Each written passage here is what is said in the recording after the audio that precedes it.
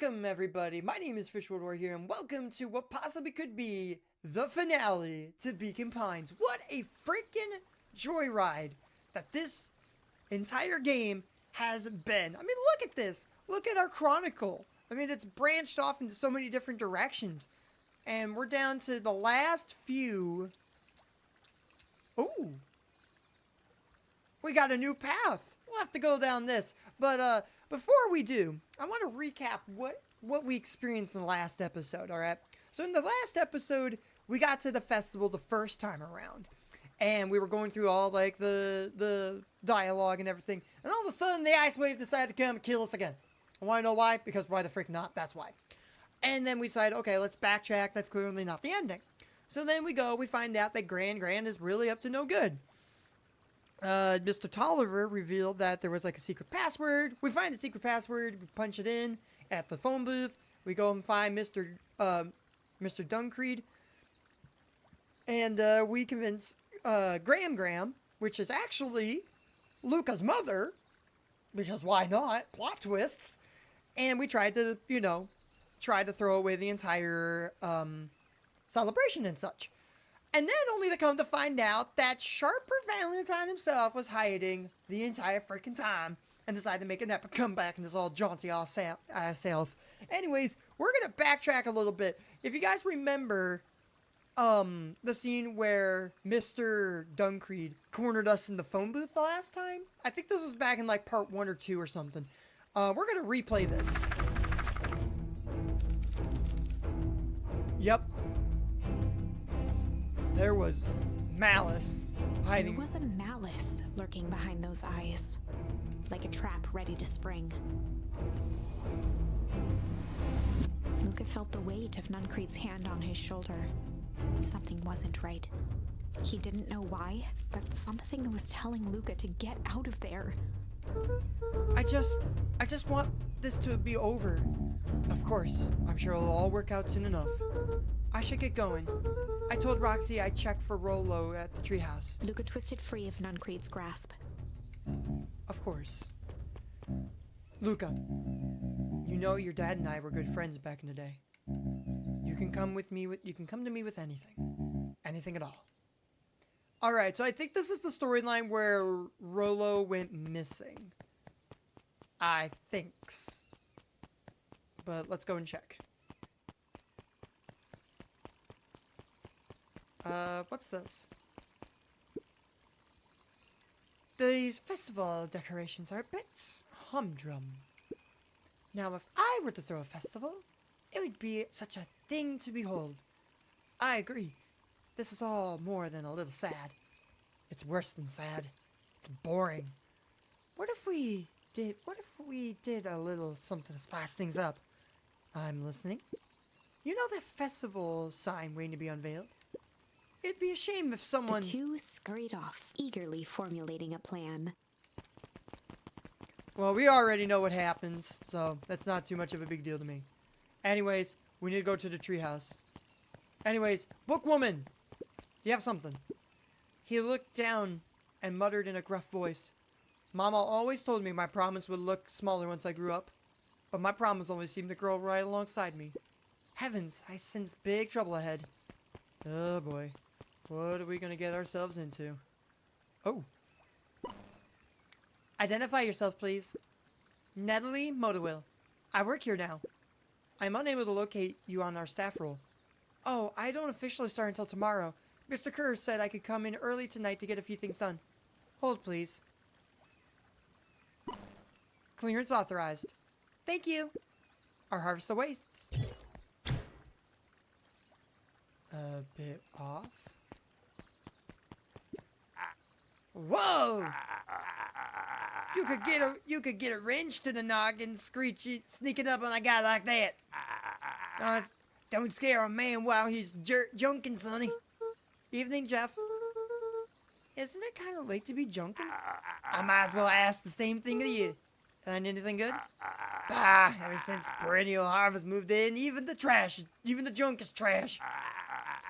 You can learn a lot about a person by looking at what they throw away. With this bunch, it's all shredded paper and coffee cups. Well, I better get going. I didn't see nothing if you didn't see nothing. See what? Exactly. And the clipboard people kind of scared me. Get me around the bridge!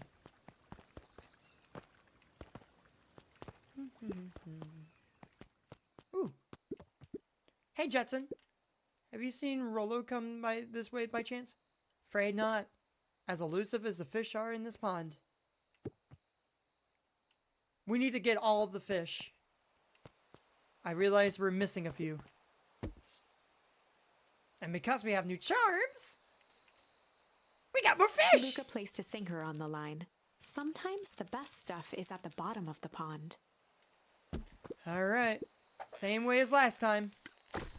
Nice. I don't know why I blinked there. A bottle. Malice 80 proof whiskey. A hard liquor for a hard man.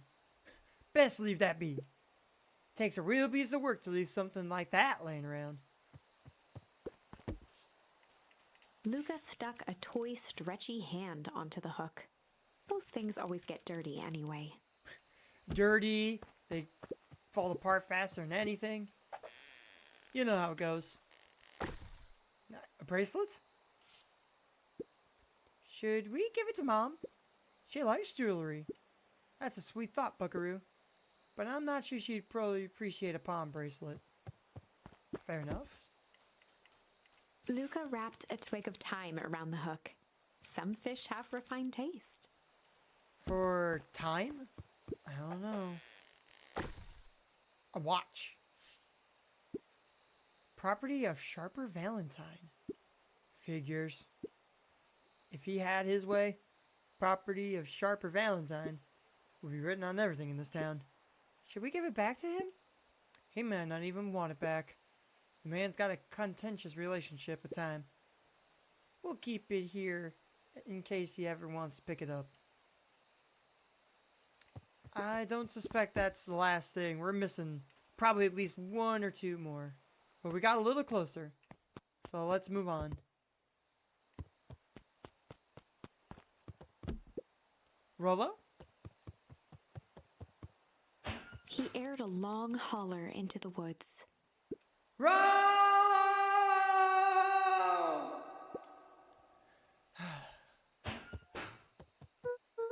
Rollo, wherever you are, I hope you're okay. Luca felt his eyes getting heavy and plopped into the beanbag. He conceded to its lumpy embrace.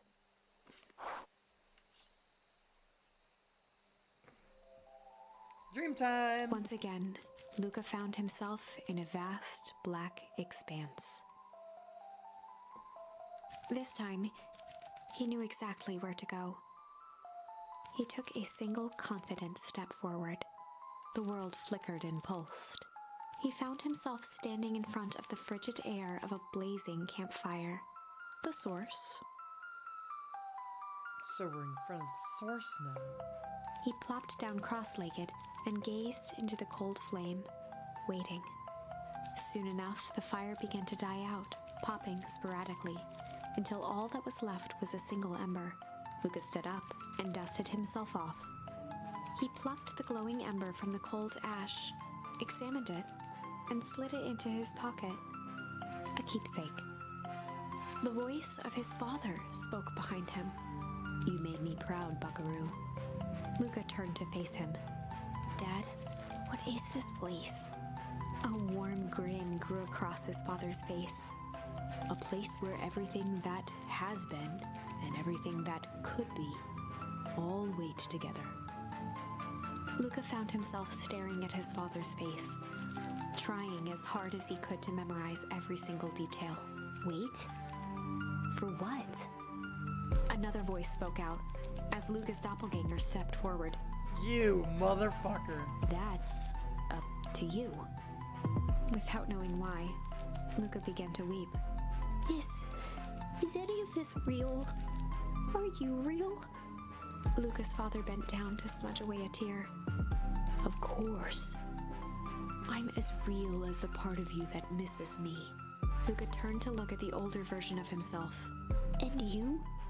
The doppelganger choked back tears. I'm as real as the part of you that's angry he's gone. Does that make sense? Through his tears, Luca laughed. I think so. His father pulled him in for an embrace. Time to go, buckaroo. Luca was startled from his dream by a banging on the floor. Are you in there? A commanding voice rumbled from below. Just as Luca sprang to lock the entry hatch, the door knocked open. Whoa. Chapter 5. Dangers big and small. Just when I thought I was going to be able to, like, tie this up with a neat little bow.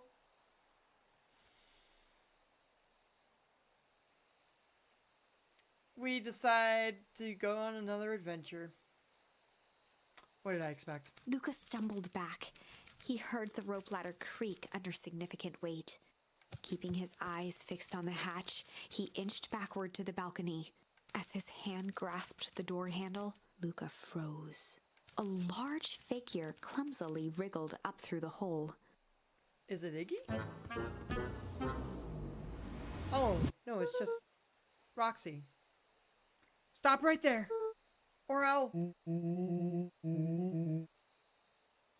What? What? Who is this? This can't be him. Sheesh, I know it's dark and all, but I figured you'd recognize me. Who are you? The large figure cocked its head inquisitively. Stop now or I'll clobber you with a baseball bat. Whoa, whoa, whoa, take it easy. Luca, you need to get your eyes checked. It's me, Rolo. Nice try, but I know you aren't Rolo. You're like one of his random uncles or something. Where is he? Uncle? Luca, quit messing around. It's me. If it is really you, prove it. Flamin' chicken coop, Luca. Luca's jaw dropped. What on earth happened to you? He peered more closely at the man standing in front of him. Something about him was undeniably Rolo, Flamin' chicken coop. only bigger, older, changed. How? What happened to you? I was running away. I ran into more people in those yellow suits. They grabbed me and dragged me away. Wait, where did they take you? I don't know. Threw a bag over my head. It was cold and smelled like a swimming pool. I think it was like an underground lab or something. They made my hands look big. Look, Rolo proudly presented his hands to Luca. pretty sweet, right? I mean, wouldn't be my first pick for a superpower. But beggars can't be choosers. Rolo, it wasn't just your hands. My feet too? Dang, Pa just made me new shoes. Wait, Luca, why are you so small? Luca moved to the side and pointed Rolo to his reflection in the balcony window. What the? His hands shot up to his face. Holy Toledo! Rolo, what did they do to you? They made me drink some kind of green crud. Ew. Actually, it wasn't too bad. Kind of tasted like licorice. I passed out and woke up like this. And then I sort of smashed my cage and escaped. Whoa, you smashed open a cage? Kinda. At least I think it did. It's all a bit of a blur. I had you in a cage? Who are these people?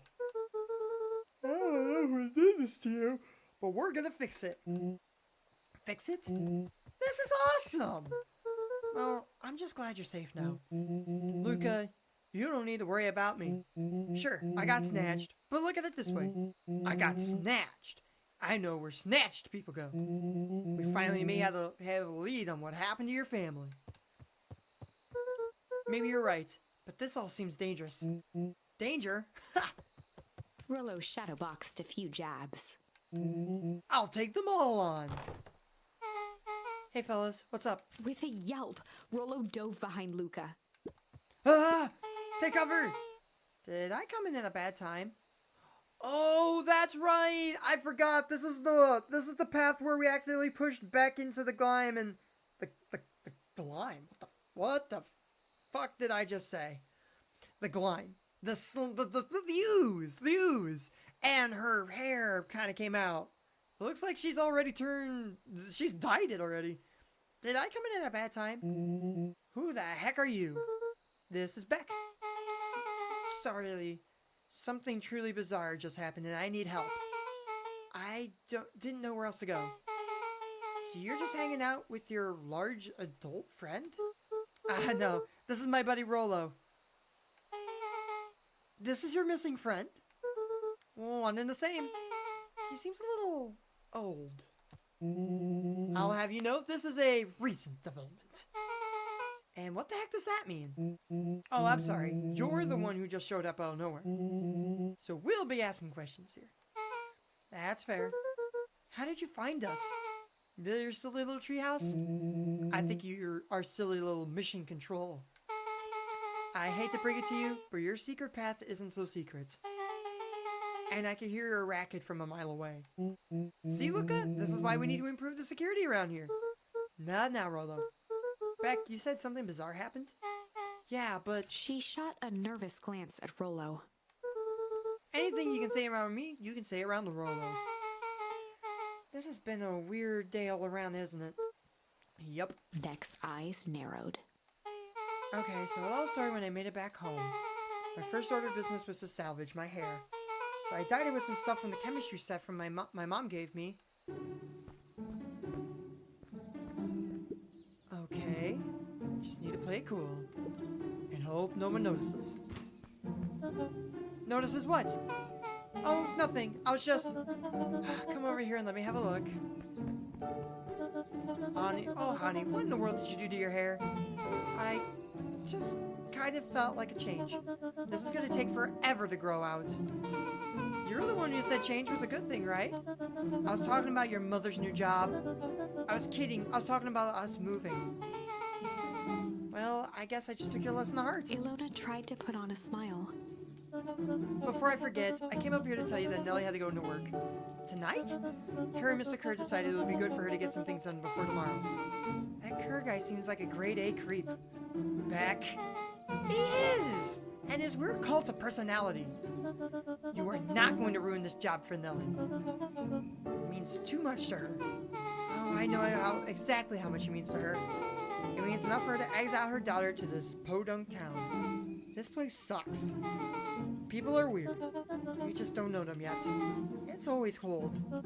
We're in the mountains. You'll get used to it. I can't even pick up a single decent station on the radio. It's all banjo music and farm reports. You know you grew up in a town that is not different, not that different from this one. Is that why you're better at talking to plants from people? Okay. So here's what we're gonna do. First of all, you're grounded. What? In the morning, I'll have Nellie come and see what we can do about fixing your hair. You'll need to look presentable for the festival. But not another peep. She sighed, and after a moment, looked down at Beck sympathetically. I know moving is hard, honey. That doesn't mean you have to make yourself miserable all the time. Other people seem to have that covered for me.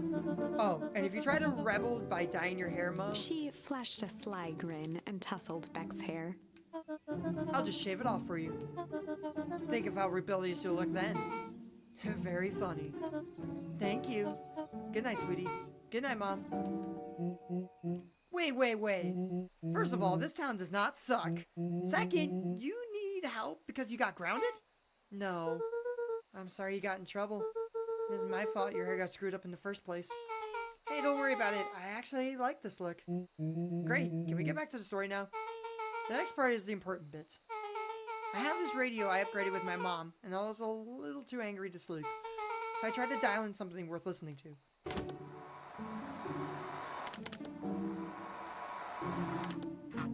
Mr. Kerr? Are you there? Mr. Kerr? Yeah, I'm busy. What is it? Apologies. I have the founder on the line. Patch him through immediately. One moment. Hello, sir. And it's so nice to hear from you. Skip the pleasantries. What is your report on our new lead developer, lead researcher of deep engineering? Nellie Medieval seems to be integrating nicely. At this very moment, she's working to help us meet our deadline. She offered to work overtime before I even had the chance to suggest it. Excellent. And you have faith that she's capable of finishing the work left by her predecessor? Her work must be complete before the festival. I will make sure she stays day and night until it's accomplished. Oh, good. You know how I feel about loose ends. Yes, sir. Once she has finished the work, we will need to make a determination regarding her long-term prospects in the company. Immediately, sir? Usually I have more time to fully bring people into the fold. We are in the endgame, Bill.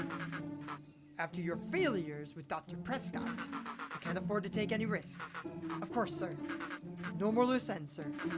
Once she finishes the work, she'll either leave the office completely committed to Perennial Harvest, or she won't leave at all. Perfect. Sir, if I may suggest, maybe we should delay, just for a bit. Oh? It's just, we seem to be rushing to hit this festival deadline, and rushing has caused some issues in the past. I see. Please understand that I just want what's best for you. I'm eternally grateful for all that you've done for me. Bill, I will make this very clear. I brought you in to make things run smoothly, not to have opinions. Of course, sir. Chin up, Bill. You're only a few days away from having everything you have ever dreamed of. Yes, sir. Thank you, sir. Whoa. Yeah. So just so we're clear, when they said loose ends, they were talking about murder, right? Like actually killing someone. Capital murder. Luca gave Rollo a quick elbow to the ribs. Who's this founder? I was hoping you guys would know. Nah, not as far as we know, Kerr is the top banana at Perennial Harvest. He sounded scared of this founder guy. So we haven't even topper banana on the field. And what the hell is my mom caught up in? Has she talked about the job much? Not really. She said she was going to come in and continue work as someone she requested. She would... Luca, do you think that body at the warehouse was the person Beck's mom came to replace? That would make sense. Beck, it seems that Nellie's predecessor got, loose-ended. I'm getting that impression. So we need to get your mom out of there before the festival happens. That's 2 days away. Won't she just come home after work? The creep on the radio said they were going to hold her until then.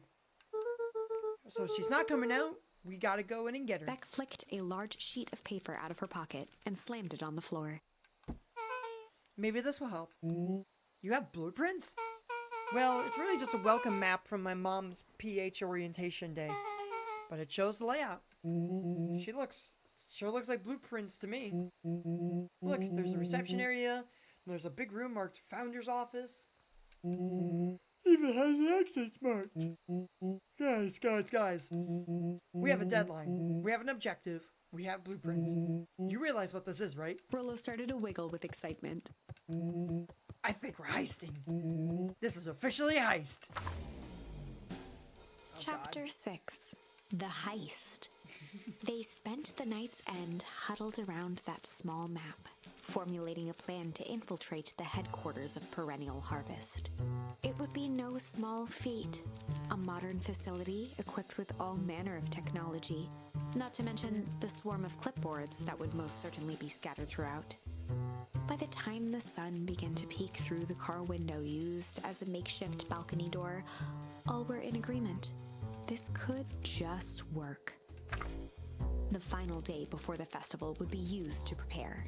They'd need to pool every resource at their disposal, pull every favor with a thread, even enlist some unsavory characters around town with important tasks only they were suited for.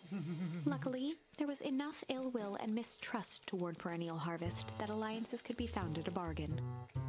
Luca, Beck, and Rollo rubbed their eyes as they exited the treehouse. They hadn't slept at all that night. There was no time. The festival was to begin in 1 day, and they each had their assignments. Alright, quick recap. Rolo, you're gonna talk to Roxy. Cordially. Without her and Fritz, this whole thing could go bust. Me? Cordial is my middle name. Uh-huh. And how do you plan to explain your He new waved vaguely at Rolo's sizable figure. circumstance? Ah, she'll be all happy I'm alive. She won't even notice. Beck snorted an involuntary giggle. And Beck, you're sure Iona won't just shoot this whole thing down when she hears it? She'll listen. Once she understands the danger Nellie's in, the danger we're all in, the plan will make sense. Okay, this leaves me with Jeff and then Iggy. How are you going to persuade them? I'll think of something. They each looked at each other with sleepy confidence and nodded. Well, Godspeed. That's the help of Jeff and Iggy and Tish. Onward! Undaunted, he shook his head. Over? No. Endings are merely a state of mind. This doesn't end until I give up. Wow. I admire the conviction. But can you really pull through? Only one way to find out. We're gonna have to search all over for this guy. Because I haven't the slightest idea of where he might be located. Maybe at the diner? Nope.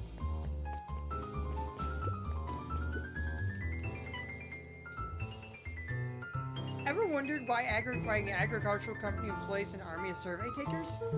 The clipboards? They just say they're just trying to make us happy. Do they really want to make us happy? Or figure out what makes us happy? An important distinction.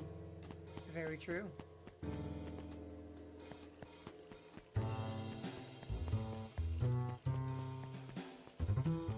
Aha!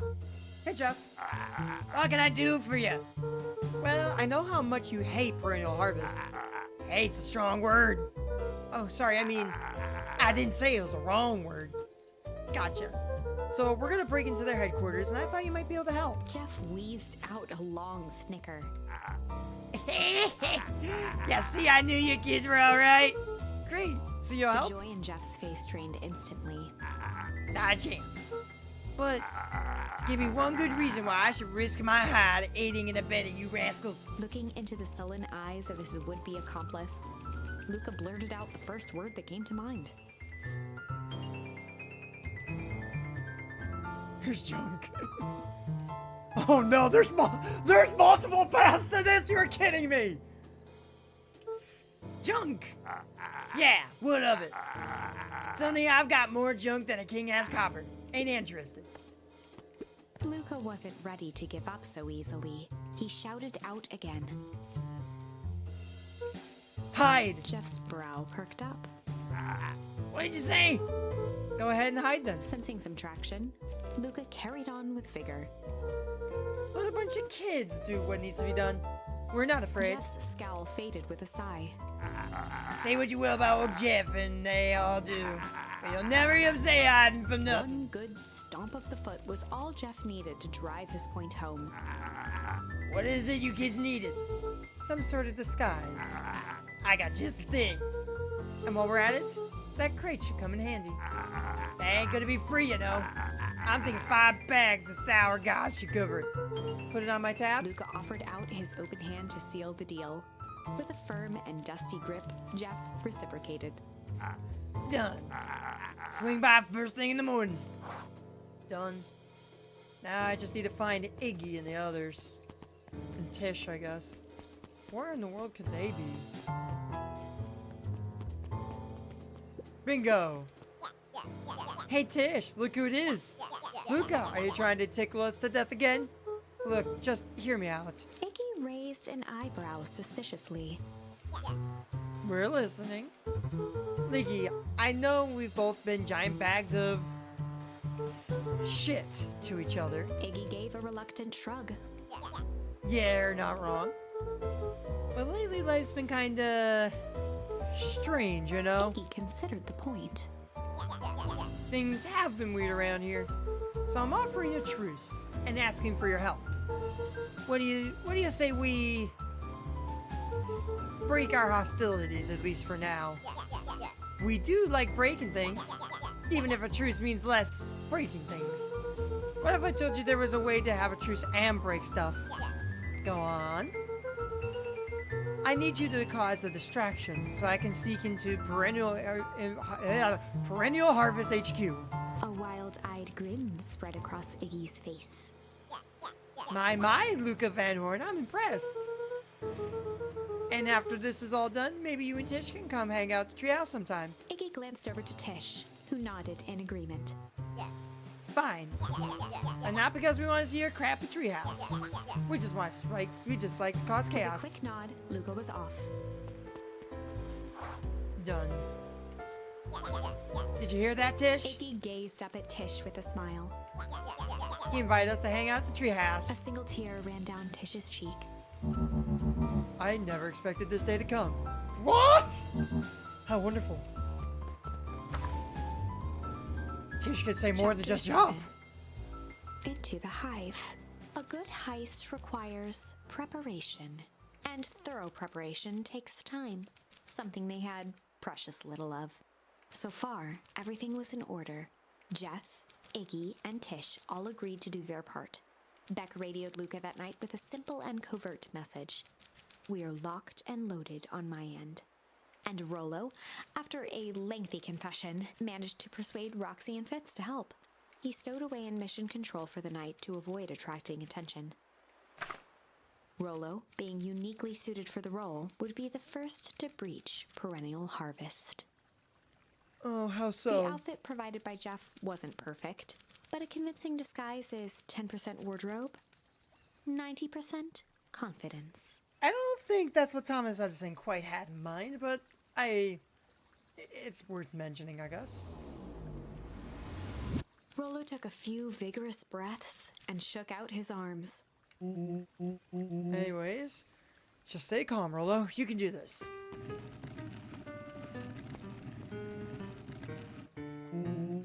Got your delivery here. A delivery? I don't have anything in my notes about a delivery. One moment.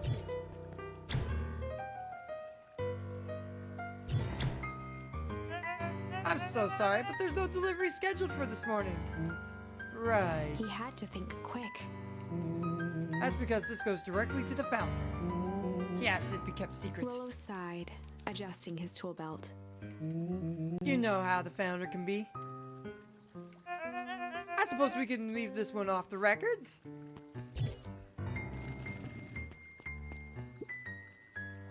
Our harvest awaits and such. With a stroke of his mustache, Rollo proceeded into the Perennial Harvest headquarters. Our harvest awaits. Package here for the founder. Oh, I didn't hear anything about... Yeah, this is a need-to-know kind of thing. I'll just check. He stammered and flipped through the pages of his clipboard.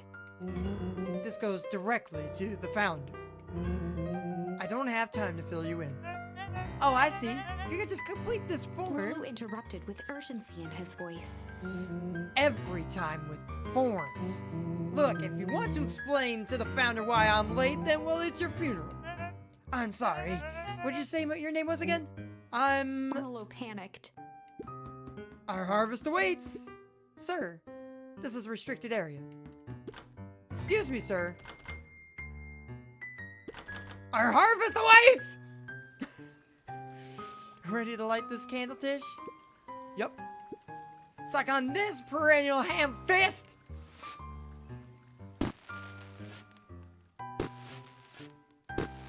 What was that?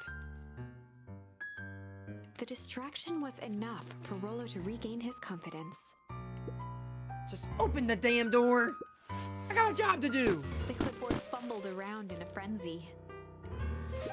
I should check on that noise. Oh, come on! Just buzz me in already! Okay, okay.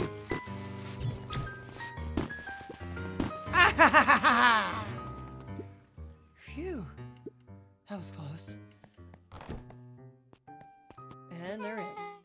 Our harvest awaits. Hey, I figure when in doubt, stick with classics. Well, that was a close one, but you pulled it off. Nice work, Rollo. Alright, everyone knows what to do?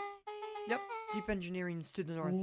I'll go with Beck. In case she needs some muscle. And I'll head east to the founder's office. You two be safe. Ooh, this ain't gonna be easy, is it? That's odd. There's not even any cups for the water.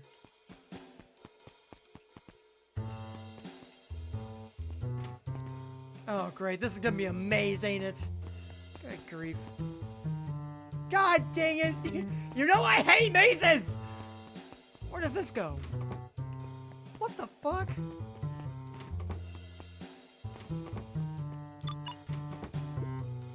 Solomon? Well, I must have did something right. I just wandered through stuff.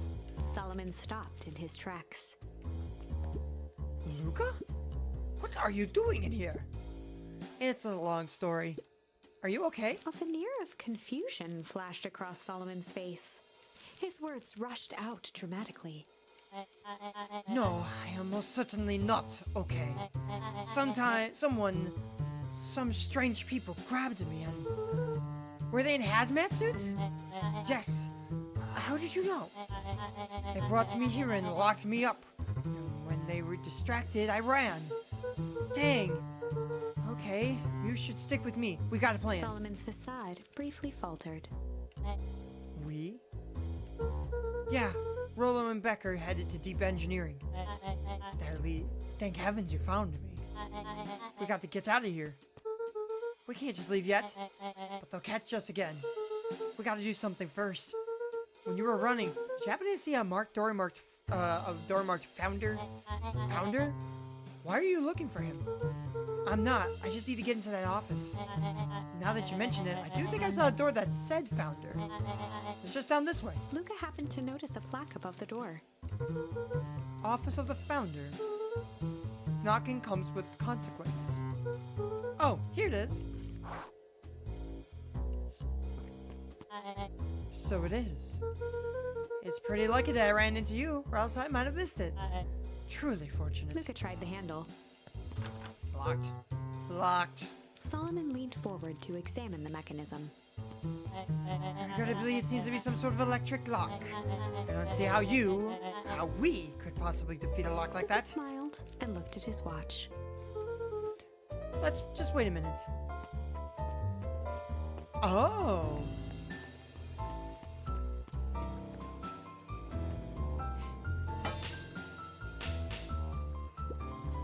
I don't know what sort of funny business you're up to. I like it. She mimed a quick hat tip and ambled off with a whistle.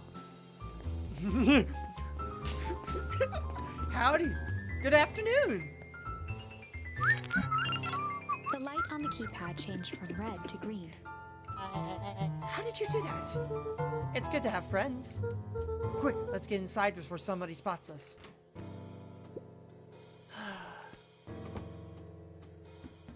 Luca switched on his walkie-talkie. Rollo, I'm in. As expected, there's a control panel. Great timing.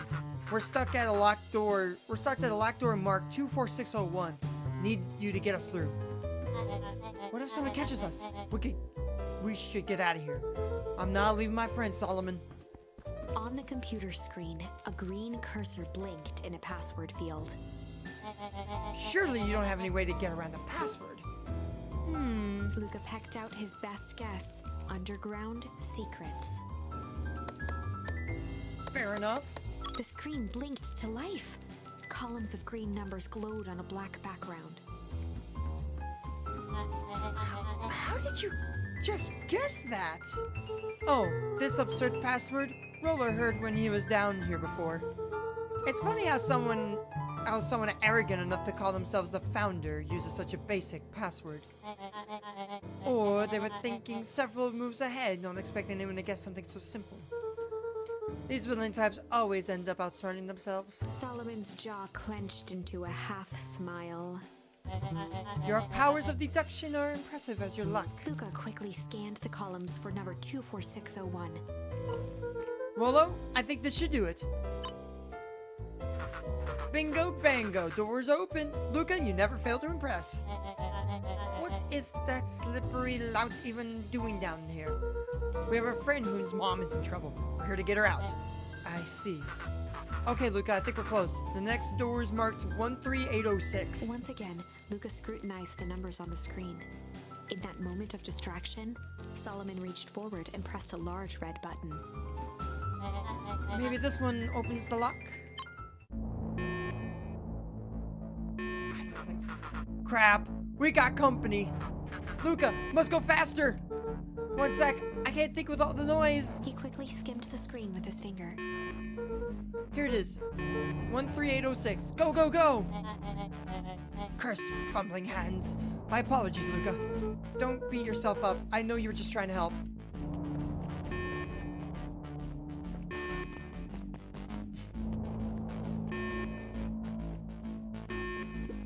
Aw, man.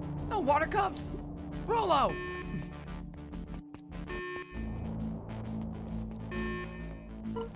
Rollo, are you okay? Rollo, come in.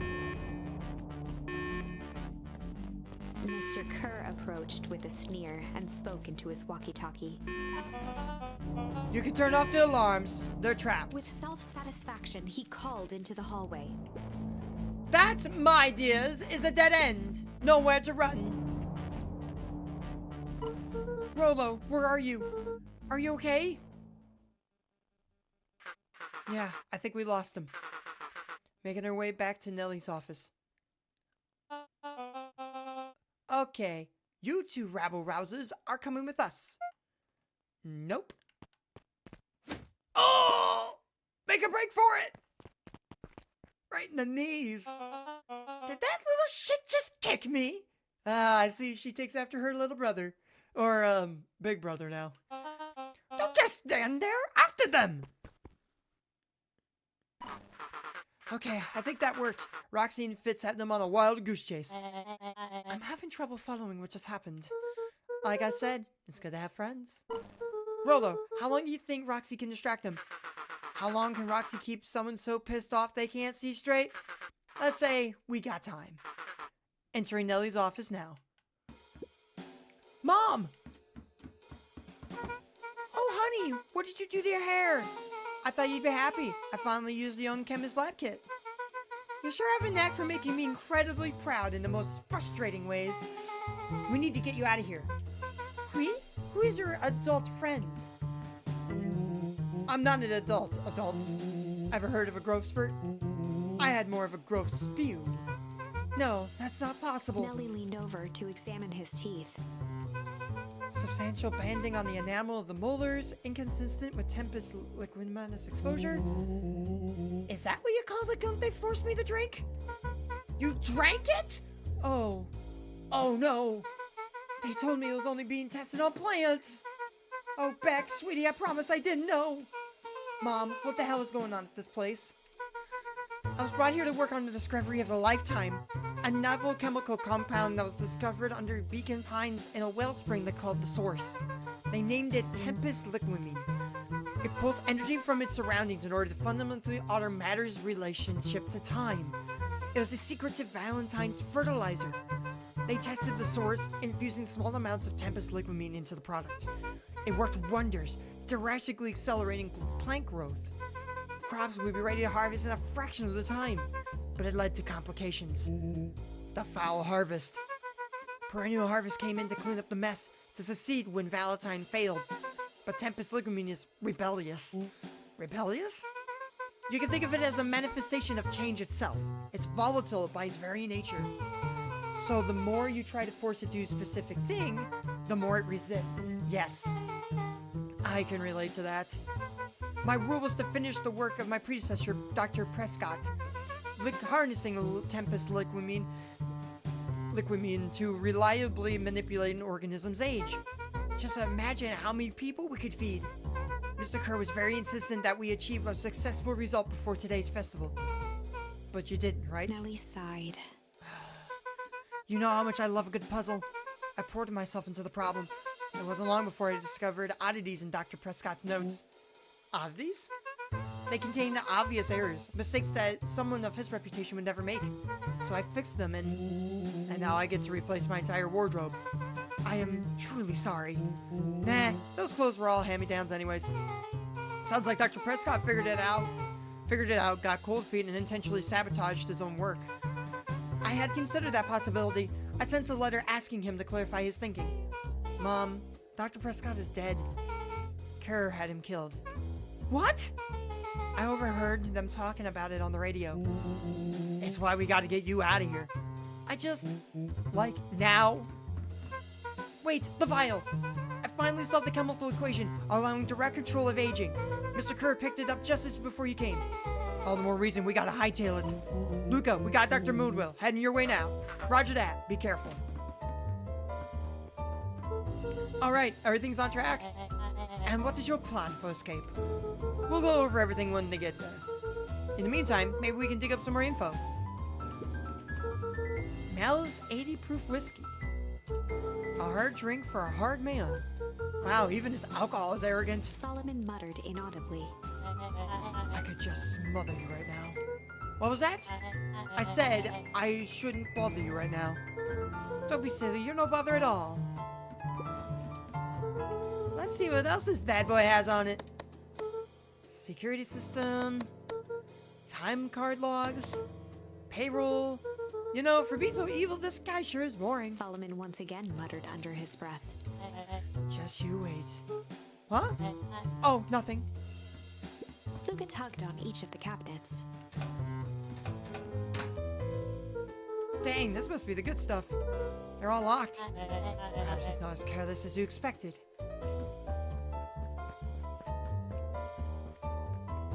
I just noticed this chair.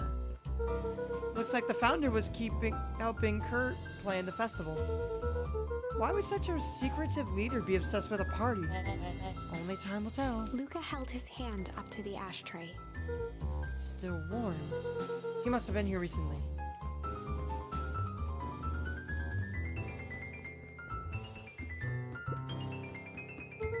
I'm really sorry you got dragged into this mess, Solomon.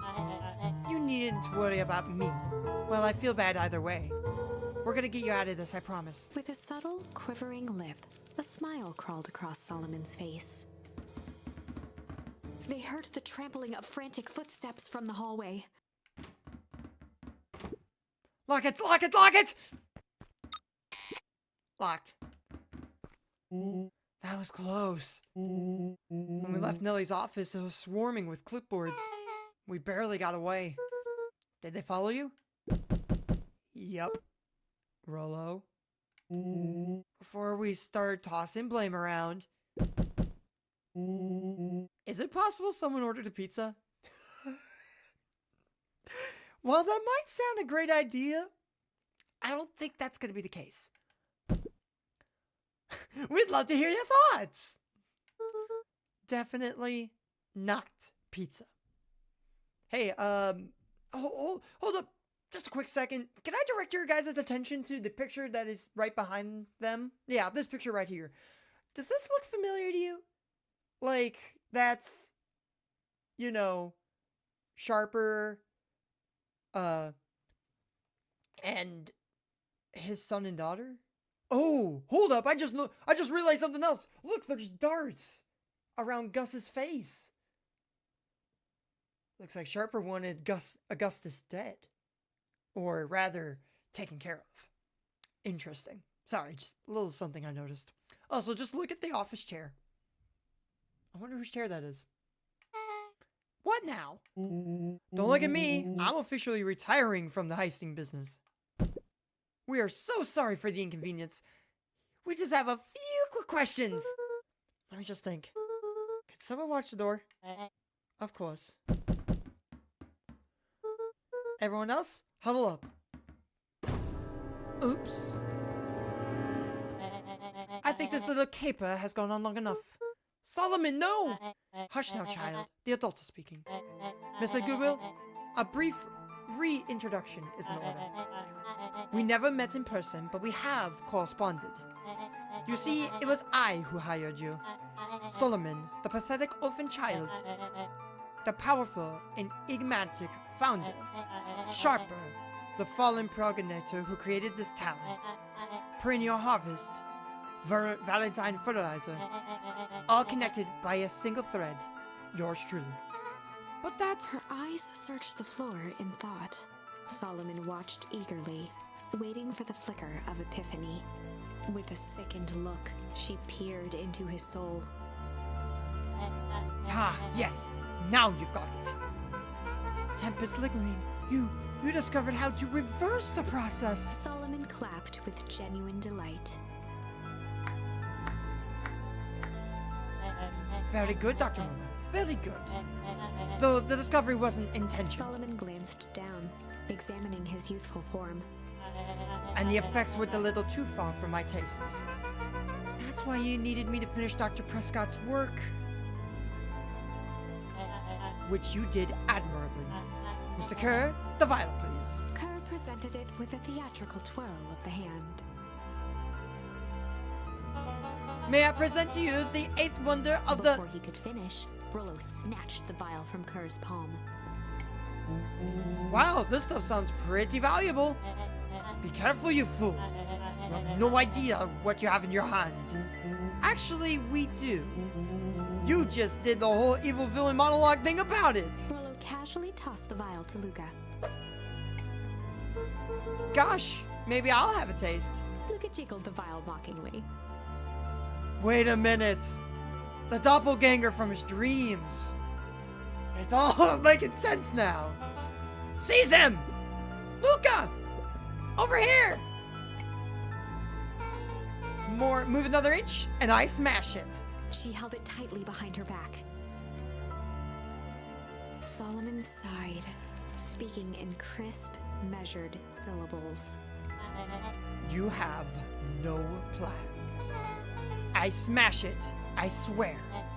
Fine, risk killing us all. Or if you're lucky, nothing happens. Then what?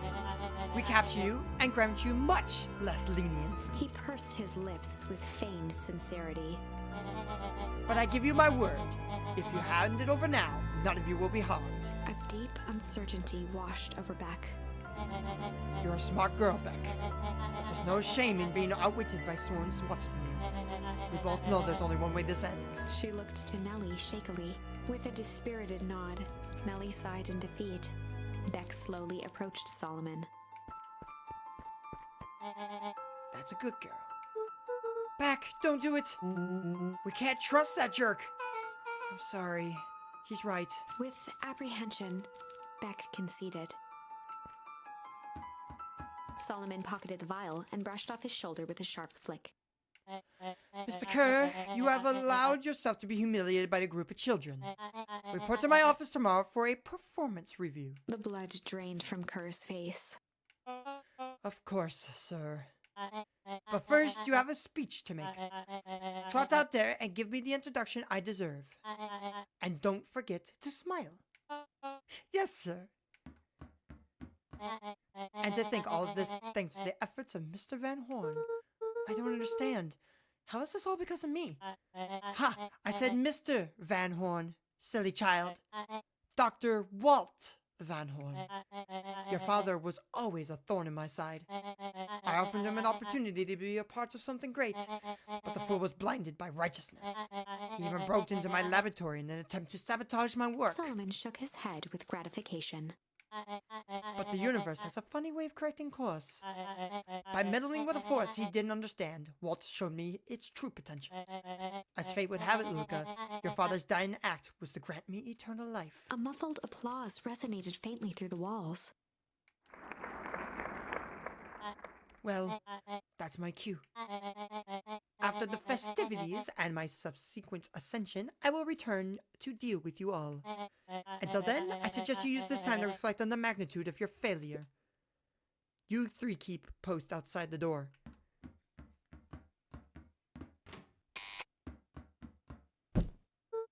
Well, crap. Time to look around for stuff. I can't believe Beck sold us out like that.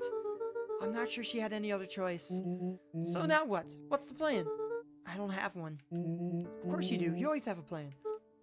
Rollo, you just need some time. Rollo, it's over. We lost. Nellie was staring at the floor, deep in thought. Sorry, Luca. Give me a moment to calm my mind. Of course. Hey. I'm sorry, Luca. I did what I had to do. I know. It's just we were so close. I got a feeling that eventually Solomon will get what's coming to him. Time wounds all heals. Well, time seems like less of an issue for him now. Wait. Luca, there's something you should know. After Mr. Kerr locked me in that office, I had nothing but time and curiosity. I poked around a bit, hoping to find a means of escape, but found something else. A note, hidden in a false drawer. What sort of note? Dr. Prescott must have sensed his time at Perennial Harvest was growing short, so he left behind a letter with the hope that it might be found by his successor. It was a confession of sorts. He left it for me, but its contents? Luca, I think they were meant for you. Why would he? What? What did it say? It was about an incident with your mother. Dr. Prescott found her in his lab with a stolen keycard. Oh. There was an accident. She must have been exposed to extreme amounts of Tempest liquamine. And that would explain her rough looks, leading her to the title of Gran. The color dropped from Luca's face. She survived. Dr. Prescott decided to help her recover. He no longer trusted Perennial Harvest, so he kept her whereabouts a secret. Over time, your mother led him to reconsider the purpose of scientific discovery. Science is often at the vanguard of change, but that doesn't mean it's always right. He realized that no one should control something as powerful as time itself.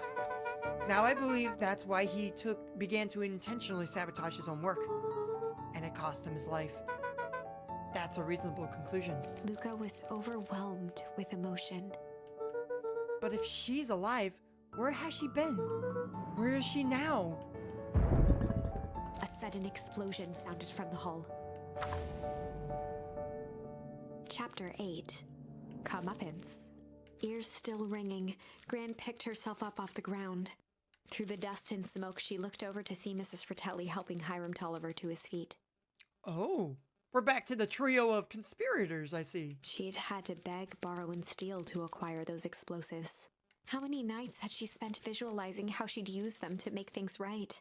And now, her one shot at destroying the source, that damned hole that swallowed so much of her life, was gone. Traded for this jagged hole in a wall and a foolhardy shot at rescuing Rollo. With Fratelli and Tolliver at her side, she stepped through. It was a strange feeling. The last time she'd stalked this maze of hallways, it was in a different body. Still her own. They quickly rounded a corner to find a group of clipboards guarding a door.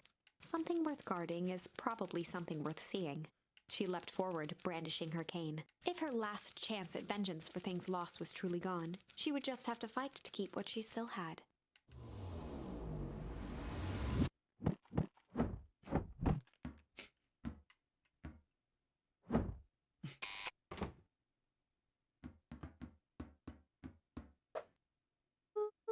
Gran, what are you doing here? Luca, what are you doing here? We came here to save Nellie. We're here to save Rollo. Hey, Mrs. Lucas Gran. That's awful nice of you. But I'm fine. Oh no. What did they... Gran, there's no time to explain. We have to go now. Hey, come on everyone. We got a party to crash. They made their way out from deep within Perennial Harvest, just as Solomon finished up his speech. Oh no, here we go again. Thankfully, we can disperse with the formalities from here on out. Solomon pulled a glass vial from his pocket. We gotta stop him! In one smooth motion, he downed its contents. And of course, A smile grew across Solomon's lips. we already know what happens. No! Well, I guess that's it. We lost. I wouldn't be so sure about that.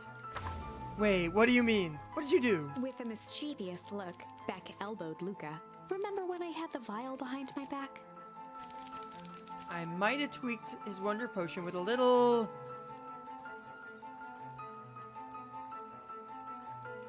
junk. I might have tweaked his wonder potion with a little junk. Can't wait to see the look on his face when he realizes he drank his own cigar ash. How did ashes get into the vial? It was pretty easy to mess with the vial when it was behind my back. Oh, that's sneaky. Well, it's a bad habit anyways. Pa always says bad habits are like 50-yard field goals. Huh? Hard to kick. I was a little confused too. That's a good one though.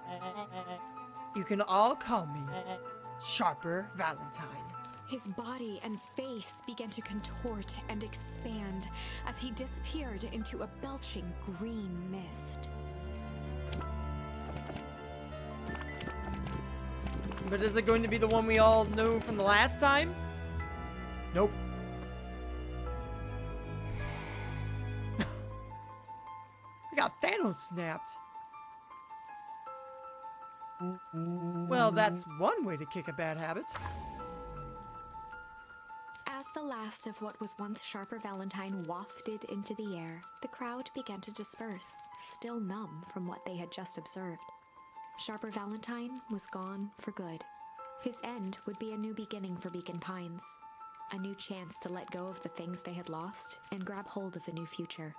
The end. Was that the ending we were looking for? Well, I'd be lying if I said that wasn't a bit gratifying. If that feels to you like a good note to end on, I won't stand in your way. I believe there might be a little bit more to this, but I'm gonna leave that off for what probably is gonna be, without a doubt, be actually like the last episode. Because at this point, it's a bit long in tooth that I've been dragging this out. I'm not gonna lie. If you guys have been watching all these videos by now, you've noticed that I have not moved. I have not changed. I originally started recording this entire series at, what was it, like 2:30 this afternoon? And I don't know if you can read my clock. It's damn near 11 o'clock at night. So I've been here for a while. I was hoping that maybe this wouldn't have quite have been the end, like the maze that I expected it to, that I came to see that it became, but it's clear that it already has. So without that, I'm gonna leave this here, and I might just pick it up in the morning before I go to bed. So, thank you guys so much for joining me. I know at the beginning, I said that this was more than likely gonna be the end, but it's clearly not. When is there ever an end to these games? But until then, God bless, take care. We'll see you guys on the other side. Bye-bye!